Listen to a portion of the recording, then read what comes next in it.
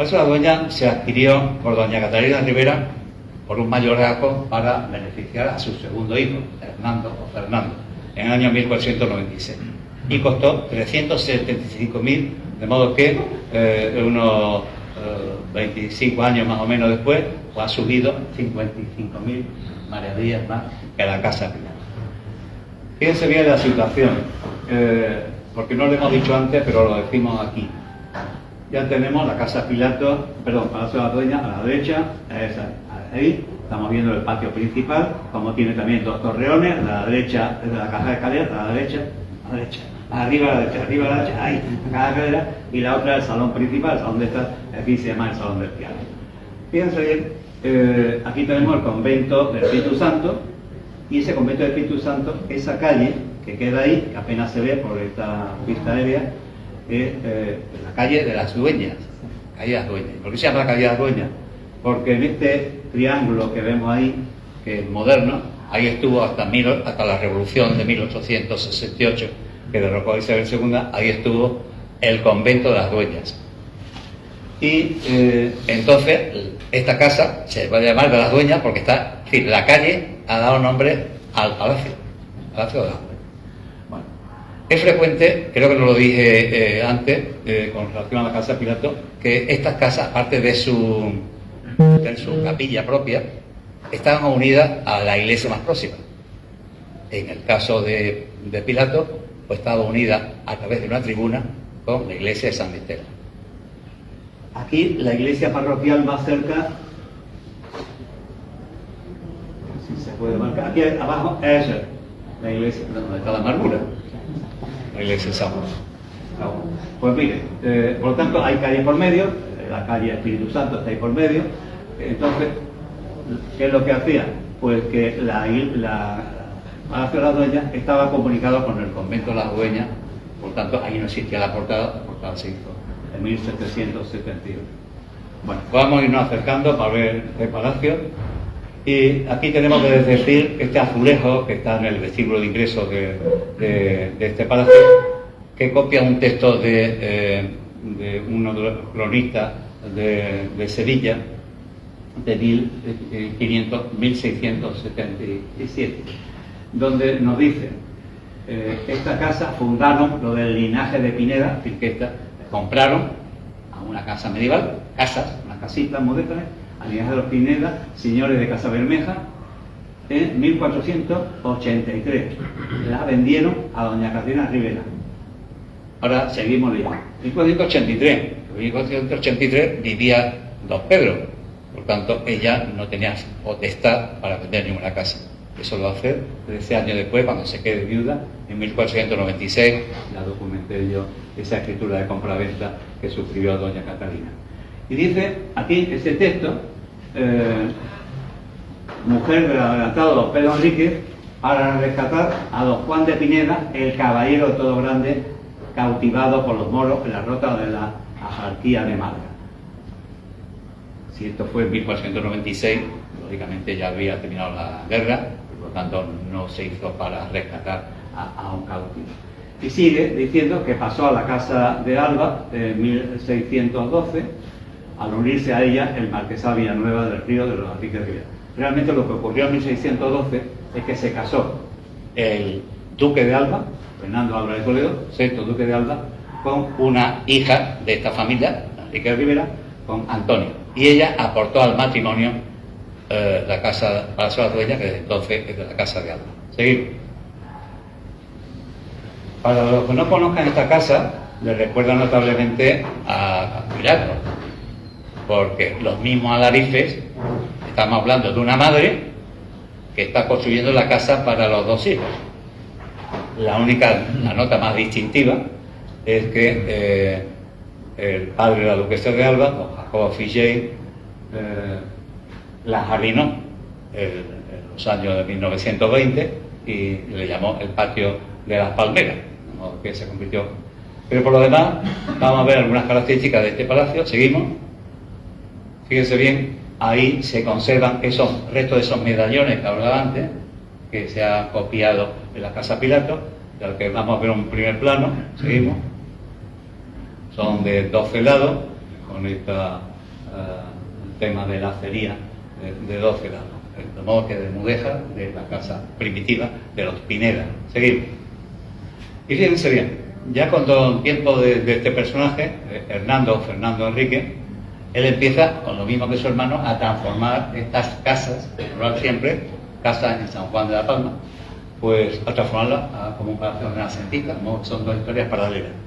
Y ahí estamos viendo un friso y yesería, aquí no se ve bien, pero ahí hay unas sirenas contrapuestas, verán las colas contrapuestas, pues esas sirenas se repiten, ese mismo molde se repite en la Puerta del Perdón, de la catedral, que está documentada en 1520-1522, como eso ya nos da una referencia. Seguimos. Y aquí estamos de nuevo hablando lo mismo, de tiempo en la capilla, es también de época de Doña Catalina, por tanto, en torno a 1504-1505, pero lo que hace luego su hijo, poner el blasón de él y su esposa, como ve a continuación. De modo que a la izquierda Enrique y a la derecha Portocarrero, por su esposa Inés de Portocarrero. No sé si vamos a ver algún detalle, pero sí aquí se conserva, sí, creo que vamos a ver a continuación.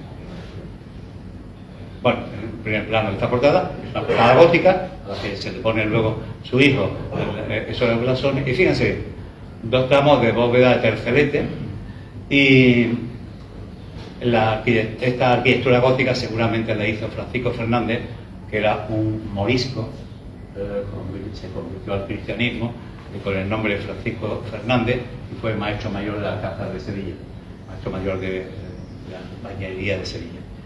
Y como veremos luego en primer plano, las nervaduras se recogen como un cruz de lamp con ángeles lampareros, ángeles pasionales, quería decir. Luego veremos en primer plano. Y aquí sí se ha conservado la tabla que preside el retablo, la Virgen acompañada de una serie de santos de un pintor italiano, Neri Divisi. Seguimos. Y fíjense bien, ahí estamos viendo de estos ángeles pasionarios, uno que lleva la Verónica. Fíjense bien, porque la palabra evolucionado, y llamamos a la Verónica a la mujer que porta la Santa Faz. La Santa Faz que dejó el rostro de Cristo, esa es la vero icónica, la vero icona, el verdadero rostro de Cristo. El verdadero rostro. Del rostro, ahora le llamamos a la mujer que lo lleva. Ha cambiado el objeto. Seguimos. Aquí estamos viendo el salón principal, que por lo tanto es una de las salón de baile de uno de estos palacios. Aquí está la bailarina de Sursillo. Seguimos. Hoy el palacio se ha convertido en un museo de la duquesa de Alba, con los gustos estéticos de la duquesa y con la bandera del Betis y cosas así. Bueno, pues la escalera principal se reedificó en 1571, podemos documentar que esto era Martín Infante, que era maestro mayor de carpintería en el Alcázar en ese momento, y está presidida por esos retratos de Winterhalter de el Napoleón III, que se casó con una hermana del duque de Alba. Seguimos, y aquí estamos viendo, todo esto se hace también en tiempo del segundo duque Alcada, que era propietario de las dos casas, pero él vivía aquí. Y mandó construir este predio artesanal Mudéjar. Seguimos. Aquí estamos viendo el comedor de gala.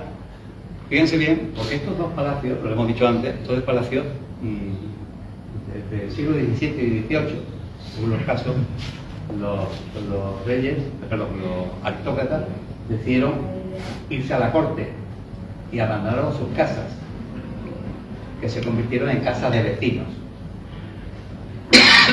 Don Jacobo, el 17º duque de Alba, pues hizo picar un techo raso y apareció este artesonado de esa casa de vecinos. La madre, la duquesa de Minafeli, madre del duque